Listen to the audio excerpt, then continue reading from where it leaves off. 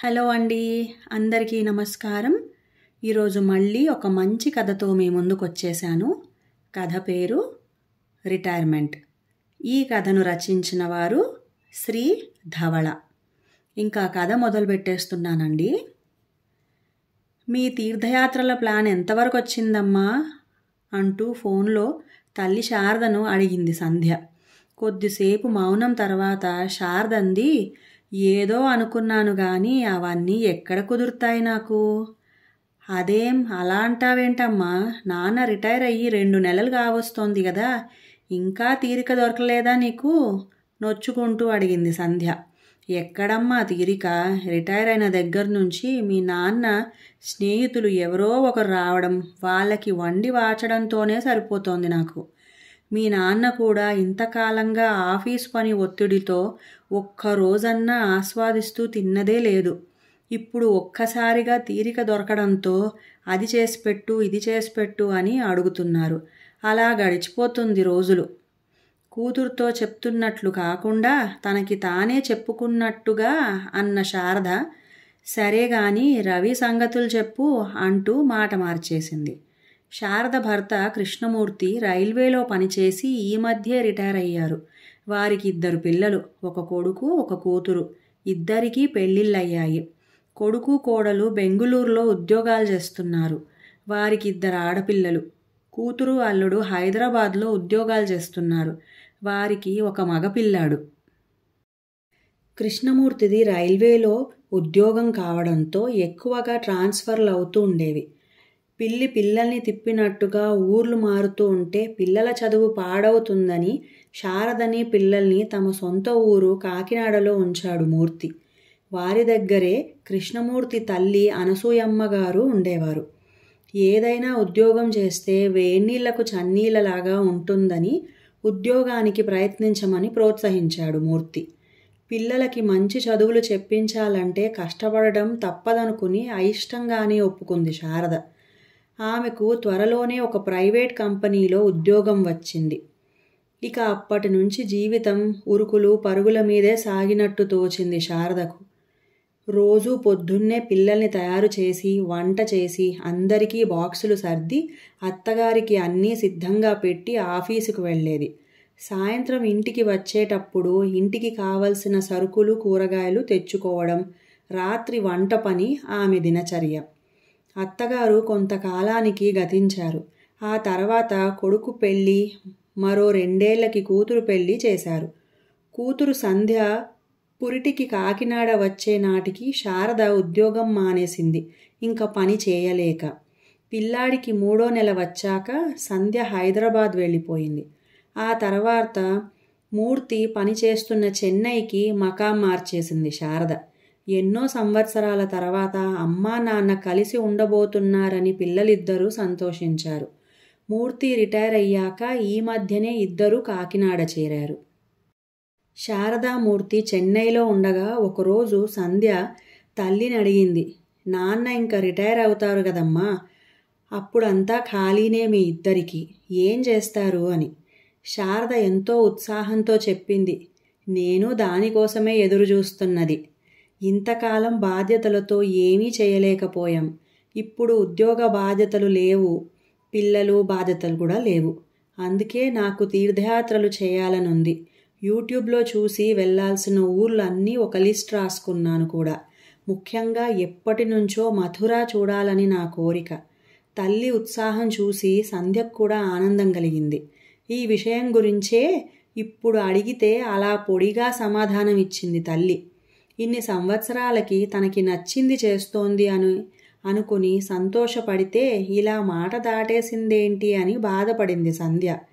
ఏంటి, మీ చెల్లెలింటికి వెళ్తావా 20 రోజులు ఎందుకు అన్నట్టు అడిగాడు మూర్తి భార్యను. మా చెల్లెలి కూతురు చిత్ర ఉంది కదా, దానికి పాప పుట్టింది ఈరోజే. మా చెల్లి రమ్మంది కాస్త సాయానికి. చంటి పిల్లతో చేసుకోవాలంటే దానికి భయంగా ఉందట. అక్కని, పైగా పక్క ఊర్లోనే ఉండి వెళ్లకుండా ఎలా అండి అని చెప్పింది శారద. సరే మరి వెళ్ళిరా, ఎంత అవసరం ఉంటే పిలిచిందో కదా, నా తంటాలేవో నేను పడతానులే అన్నాడు మూర్తి. ప్రయాణానికి తయారవడంలో మునిగిపోయింది శారద. ఆ రోజు సాయంత్రం సంధ్య ఫోన్ చేసినప్పుడు చెప్పింది శారద తన అనుకోని ప్రయాణం గురించి.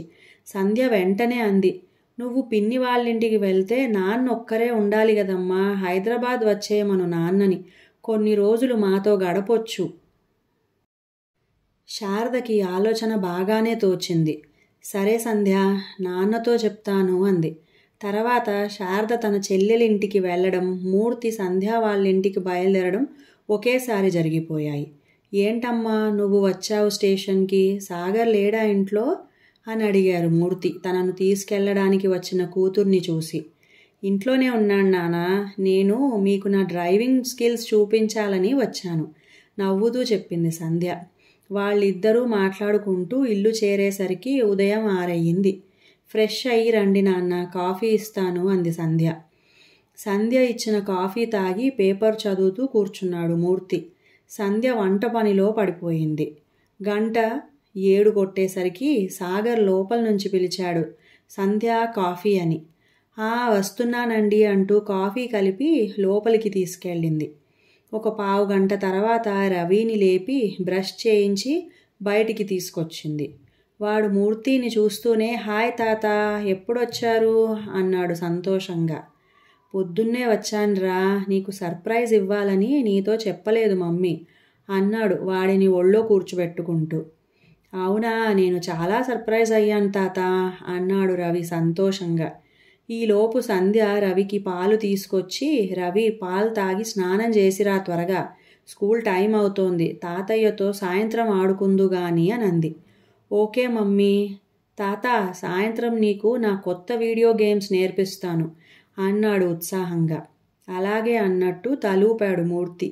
సాగర్ బయటికి వస్తూ బావున్నారా మామయ్య అని పలకరించాడు. బావున్నాను సాగర్ అని అన్నాడు మూర్తి. ఎలా ఉంది మీ రిటైర్డ్ లైఫ్ అడిగాడు సాగర్.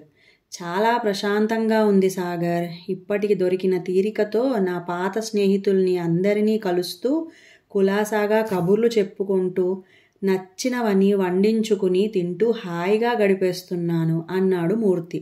సాగర్ మూర్తి మాటల్లో పడ్డారు. సంధ్య పిల్లాడి వెనక తిరుగుతూ వాడిని స్కూల్కి తయారు చేస్తూనే వంటింట్లో పని చక్కబెడుతోంది. 7:30 అయ్యేసరికి రవికి ఇడ్లీ తినిపించి స్కూల్ బస్ ఎక్కించడానికి వెళ్ళింది. ఈలోపు సాగర్ పేపర్ తిరగేసి వాకింగ్కి వెళ్ళొచ్చాడు. సాగర్ స్నానం చేసి వచ్చేసరికి 8:30 అయింది. రండి నాన్న, టిఫిన్ రెడీ అని పిలిచింది సంధ్య. మీకిష్టమని పెసరట్టు ఉప్మా చేశాను నాన్న అనంది. మరి పొద్దున్న రవికి ఇడ్లీ పెట్టినట్టున్నావు కదమ్మా అని సందేహంగా అడిగాడు మూర్తి. అదా, వాడు పెసరట్టు తినడు నాన్న, ఉప్మా అంటే చీ అంటాడు, అందుకే వాడికి ఇడ్లీ చేశాను. మీకు సాగర్కి కూడా ఇష్టమని పెసరట్టు చేశాను అంది సంధ్య. ఆఫీసుకి వెళ్ళేదానివి, ఇన్ని పనులు ఎందుకమ్మా అని అన్నాడు మూర్తి నొచ్చుకుంటూ. ఏం పర్లేదు నాన్న, నాకు అలవాటే అనేసింది సంధ్య తేలిగ్గా. నువ్వు కూడా తినొచ్చుగా సంధ్య, మళ్ళీ నీకు ఆఫీస్ టైం అవుతుందేమో అని అన్నాడు మూర్తి. ఈరోజు మా ఇద్దరికీ వర్క్ ఫ్రమ్ హోమ్ నాన్న, తొందరేం లేదు, నేను మీకు పెట్టేసి స్నానం చేసొచ్చి తింటాను అని అంది. తర్వాత సంధ్య స్నానం చేసి వచ్చి అప్పటికే టేబుల్ మీదున్న చల్లారిపోయిన పెసరట్టు తింటూ, ఇంకేంటి నాన్న, మీకు కాలక్షేపం బాగానే అవుతోందా అని తండ్రిని అడిగింది. అది సరే గాని అలా చల్లారినవి తినకపోతే నువ్వు వేడిగా వేసుకోవచ్చు కదమ్మా అని అన్నాడు మూర్తి. సంధ్య నవ్వుతూ, ఇందాక మీకు వేసినప్పుడు పెనం వేడిగా ఉందని నాకు కూడా 2 వేసేసుకున్నాను నాన్న, మళ్ళీ విడిగా అంటే టైం వేస్ట్ కదా, అయినా ఇదేమైనా కొత్త, నాకు రోజూ అలవాటే అంది చాలా తేలిగ్గా. తండ్రి మనసు బాధపడింది. సాగర్ ఈ సంభాషణ వింటూ కూడా ఏమీ మాట్లాడట్లేదు. ఫోన్లో ఏదో చూసుకుంటూ ఉండిపోయాడు. తర్వాత సంధ్య ఆఫీస్ పని చేసుకుంటూనే మధ్యలో వచ్చి పని మనిషికి గిన్నెలు వేయటం లాంటి పనులు చేసింది. మూర్తి పుస్తకం చదువుతూ ఇవన్నీ గమనిస్తున్నాడు. పని మనిషి వెళ్ళిపోయాక సంధ్య వచ్చి అరగంటలో గబగబా వంట చేసేసింది. ముగ్గురు కబుర్లు చెప్పుకుంటూ తినేశారు. సాయంత్రం రవిని స్కూల్ బస్ దగ్గర నుంచి మూర్తియే తీసుకొచ్చాడు. రవి వచ్చాక వాడి షూస్ విప్పించి బట్టలు మార్చింది సంధ్య. రాగానే గేమ్స్ ఆడతానంటే వాడిని ఆపి ముందు హోంవర్క్స్ చేయమంది. వాడు అయిష్టంగానే బ్యాగ్ తీశాడు. నేను చూస్తానులే సంధ్య, నువ్వు వెళ్ళి నీ వర్క్ చూసుకో అని అన్నాడు మూర్తి. చాలా థ్యాంక్స్ నానా అని అంది సంధ్య హాయిగా. రవి చేత హోంవర్క్స్ చేయించాక వాడితో కాసేపు వీడియో గేమ్స్ ఆడాడు మూర్తి. ఈలోపు సంధ్య అందరికీ స్నాక్స్ ఇచ్చి టీ పెట్టింది. సాయంత్రం 6 అయ్యేసరికి సాగర్ ల్యాప్టాప్ మూసేసి హాల్లోకి వచ్చి కూర్చున్నాడు.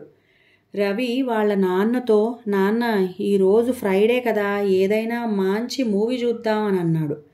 సరే అలాగే రవి అంటూ సాగర్ టీవీ ఆన్ చేసి ఓటీటీలో కొత్తగా రిలీజ్ అయిన సినిమా ఒకటి పెట్టాడు. ముగ్గురు చూస్తున్నారు. సంధ్య మాత్రం ఇంకా ఆఫీస్ పనిలోనే ఉంది. 7 అయ్యాక వచ్చి ఏం సినిమా చూస్తున్నారు అంటూ ఒకసారి టీవీలోకి చూసి అంతలోనే అమ్మో టైం 7 అయ్యిందా అంటూ గడియారం చూసి నేను వెళ్ళి వంట చేయాలి బాబు అనుకుంటూ వంటింట్లోకి వెళ్ళిపోయింది. 1 గంట అయ్యాక భోజనానికి రండి అని అంది. ఇక్కడికే తీసుకురా మమ్మీ, సినిమా ఇంకా అవ్వలేదు అన్నాడు రవి. ఓకే అని అన్నీ టీవీ దగ్గర అమర్చింది సంధ్య. మూర్తి కూడా వెళ్ళి కూతురికి హెల్ప్ చేశాడు. రవి సినిమా పాజ్లో పెట్టి వెళ్ళి నీళ్లు తీసుకురా అని పురమాయించాడు. సరే తాత అని పరుగున వెళ్ళాడు రవి. అందరూ సినిమా చూస్తూ భోజనం ముగించారు.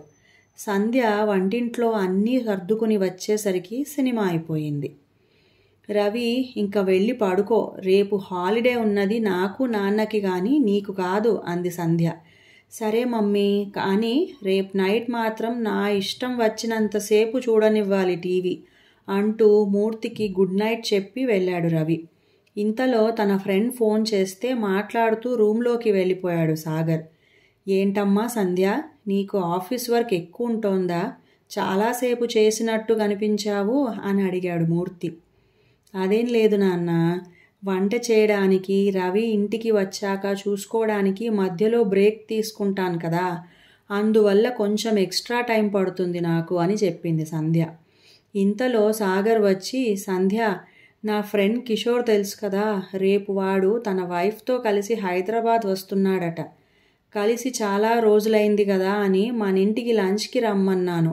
ఎలాగూ నీకు రేపు సెలవే కదా అని ఓకేనా అని అడిగాడు. అలాగా, సరేలే, ఎలాగో రమ్మని చెప్పేశావు కదా, ఏదో ఒక వెరైటీ చేస్తానులే రేపు అంది ఒకంత నీరసంగా. థ్యాంక్స్ అని లోపలికి వెళ్ళిపోయాడు. చూసారా నాన్న, సెలవు రాగానే ఏదో ఒక పని ఇలా వస్తుంది. సర్లే, ఆడవాళ్ళకి తప్పదు కదా, మీకు రిటైర్మెంట్ అయినా ఉంది కానీ మాకు అది ఉండదు అంటూ నిట్టూర్చింది సంధ్య. మూర్తి ఆలోచనలో పడ్డాడు. ఆ మరుసటి రోజు కిషోర్ అతని భార్య వచ్చారు. మర్యాదకి మూర్తి వాళ్ళిద్దరి దగ్గర కూర్చున్నాడు కానీ మనసంతా ఆలోచనలతో నిండిపోయింది. ఇదివరకు కూడా తాను కొన్నిసార్లు ఇక్కడికి వచ్చాడు కానీ ఎప్పుడూ తన కూతురు ఇంత కష్టపడుతున్నట్టు తనకి తోచలేదు. ఎప్పుడూ శారదతో కలిసి రావడం వల్ల తాను అంతగా గమనించలేదా? అయినా తన కూతురు అల్లుడి కన్నా ఎందులో తీసిపోయిందని, ఒక్క వయసులో తప్ప ఇంకెందులోనూ తక్కువ కాకుండా ఉండాలనే వెతికి మరీ ఈ సంబంధం చేశాడు. మరెందుకు సంధ్య మాత్రమే అంత కష్టపడుతోంది? ఇది వరకు సాగర్ ఇలా ఉన్నట్లు తనకు గుర్తులేదే. అయినా అతన్ని తప్పు పట్టడానికి తనకి ఏం అర్హతుందని? తను కూడా ఇంట్లో ఇలాగే ప్రవర్తిస్తాడు. పైగా తన భార్య ఇష్టాయిష్టాలకి ఎక్కువ విలువ ఇస్తాడని మంచి పేరుంది బంధువర్గంలో. ఇక్కడి పరిస్థితులు చూశాక ఇప్పుడు అనిపిస్తోంది తాను శారదకి తగినంత సాయం చేయలేదేమో అని. అవును, తాను ఎప్పుడూ శారదకు ఇంటి పనిలో సాయం చేయలేదు. శారద ఎప్పుడూ అడగలేదు మరి తనని. ఇప్పుడు సంధ్య అయినా సాగర్ని ఒక్క మాట అనడం లేదు కదా. కానీ ఒక తండ్రిగా తన కూతురి కష్టం తన కళ్ళకి కనపడింది. కానీ తనతో ఇన్ని సంవత్సరాలు కష్టంలోనూ సుఖంలోనూ సహచర్యం చేసిన శారద కష్టం తనకెప్పుడూ కనబడలేదు. ఇంత చిన్న విషయం ఇంతవరకు తనకు గ్రహింపుకు రానందుకు చాలా సిగ్గుపడ్డాడు. అక్కడ ఉన్నన్ని రోజులు సంధ్యకు తనకు చేతనైన సాయం చేస్తూ ఉన్నాడు. ఒకరోజు సంధ్య అడిగింది, నాన్న ఇంక మీకు ఆఫీస్ లేదు కదా, ఏవైనా గుళ్ళు గోపురాలు చూసి రావచ్చు కదా, అమ్మకి ఎప్పటి నుంచో కోరికగా ఉంది అని. అవునా, అమ్మ వెళ్ళాలి అనుకుందా అని అడిగాడు మూర్తి. అనుకోవడం ఏంటి నాన్న, మీరు రిటైర్ అయ్యాక ఎక్కడికి వెళ్ళాలో ఒక పెద్ద లిస్టు రాసి పెట్టుకుంది కూడా.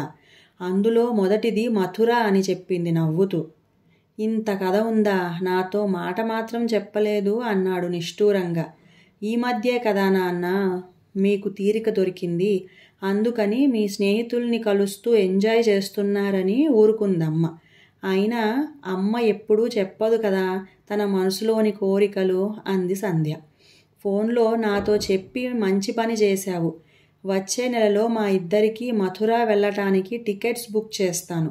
అమ్మతో అప్పుడే అనకు, సర్ప్రైజ్ అన్నాడు మూర్తి. చిన్నపిల్లాడిలా చెప్తున్న తండ్రికేసి అలాగే అన్నట్లు తలూపింది సంధ్య. శారద ఇంటికి వచ్చే రోజు తనకంటే ముందే మూర్తి ట్రైన్ దిగాడు. శారద వచ్చే సమయానికి తనకి వేడిగా కాఫీ చేసి ఇవ్వాలని అనుకుంటూ దారిలోనే పాల ప్యాకెట్ కొని ఇంటికెళ్ళగానే ముందు డికాషన్ వేసి అప్పుడు స్నానానికి వెళ్ళాడు. శారద లోపలికి వస్తూనే ఎన్నింటికి వచ్చారండి అంటూ వచ్చింది. నేను 6ంటికే వచ్చానులే, నువ్వు వెళ్ళి కాళ్ళు చేతులు కడుక్కునిరా, మంచి కాఫీ ఇస్తాను అన్నాడు. శారద ఆశ్చర్యంగా అబ్బో మీరు పెట్టారా అనంది. ఏం నాకు రాదనుకున్నావా, ఇదివరకంతా నేను నన్ను చూసుకోలేదా ఏంటి అన్నాడు కినుకుగా. రాదని కాదు అని అర్ధోక్తిగా ఆపేసింది శారద. కాఫీ తాగుతూ విశేషాలు మాట్లాడుకున్నారిద్దరు. నీకో సర్ప్రైజ్ ఓయ్ అని అన్నాడు మూర్తి. ఏంటండి ఈరోజు అన్నీ కొత్తగా అంటూ నవ్వేసింది శారద. జీవితంలో కొత్త పాఠాలు నేర్చుకున్నప్పుడల్లా మనం కొత్తగా మారుతూనే ఉంటాం కదా, అది ఏ వయసుకి అయినా వర్తిస్తుంది. సంధ్య వాళ్ళ ఇంటికి వెళ్ళి చూశాకే నాకు నీ కష్టం అర్థమైంది. ఇంతకాలం కేవలం నా కళ్ళతోనే చూశాను, కానీ ఇప్పుడు మనసుతో చూస్తే అర్థం అయ్యింది ఇంటి పనులు ఆఫీస్ పనులతో నువ్వెంత కష్టపడ్డావన్న విషయం అని అన్నాడు మూర్తి.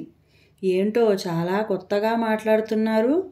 నేను కష్టపడ్డాను నిజమే, కానీ అదంతా మన కుటుంబం కోసమే కదా అండి. మీరు మాత్రం కుటుంబానికి దూరంగా ఉండి కష్టపడలేదా అంది శారద. అవును శారద, అందుకే నాకు రిటైర్మెంట్ ఉంది, కానీ నీకు అది కూడా లేదు. అందుకే ఇక నుంచి మన ఇద్దరం పనులు పంచుకుంటూ మనం గతంలో టైం లేక చేయలేకపోయిన పనులన్నీ చేద్దాం, సరేనా అని అన్నాడు మూర్తి. బాగానే ఉంది, అంతకంటే ఇంకేం కావాలి. ఇంతకీ ఆ సర్ప్రైజ్ ఏంటో చెప్పండి అంది శారద కుతూహలంగా. మనం మథుర వెళ్ళడానికి టికెట్స్ తీసుకున్నాను అన్నాడు మూర్తి మెరిసే కళ్ళతో. అవునా, సంధ్య చెప్పినన్నమాట మీకు అంది శారద ఆనందంగా. అవును, నీ లిస్ట్ ఇప్పటికైనా నాకు చూపిస్తే నేను కూడా మంచి భర్త అవ్వడానికి ప్రయత్నిస్తాను మరి అన్నాడు మూర్తి ఆట పట్టిస్తూ. ఊరుకోండి, ఇప్పుడు మీరు మంచి భర్త కాదని ఎవరన్నారు అంటూ నవ్వేసింది శారద. మొత్తానికి నన్ను విలన్ని చేసి మీ నాన్నగారికి సినిమా చూపించావుగా అన్నాడు సాగర్ చపాతీలొత్తుతూ. సినిమా కాదు, మా అమ్మ మనసు ఆయనకు అర్థమయ్యేలా చూపించాలి అని అనుకున్నాను అంతే. మా నాన్న చాలా మంచివారు, కానీ భార్య చెప్పకుండానే తన మనసులో మాట తెలుసుకునే అంత తెలివితేటలు లేవు. మా అమ్మ ఏమో బయటికి చెప్పదు, అందుకే ఈ చిన్న నాటకం అంది చిన్నగా నవ్వుతూ. అయితే మాత్రం ఇప్పుడు వాళ్ళిద్దరూ నన్ను తిట్టుకుంటూ ఉంటారు నిన్ను కష్టపెడుతున్నందుకు అన్నాడు బాధ నటిస్తూ. అయితే ఈసారి మా అమ్మ నాన్న వచ్చినప్పుడు వంట మొత్తం మీరే చేసేయండి, నేనేమీ అడ్డుపడను అంది సంధ్య కళ్ళెగరేస్తూ. ఆ వంట తిన్నారంటే ఎప్పటికీ క్షమించరు నన్ను వాళ్ళు అన్నాడు సాగర్. ఇద్దరూ నవ్వుకున్నారు పెద్దగా. ఇంకా కథ సమాప్తం. మీ అందరికీ ఈ కథ నచ్చినట్లయితే ప్లీజ్ లైక్ చేయండి, మంచి కామెంట్ పెట్టండి, షేర్ చేయండి అండ్ సబ్స్క్రైబ్ కూడా చేసుకోండి. ఇంకా సెలవు.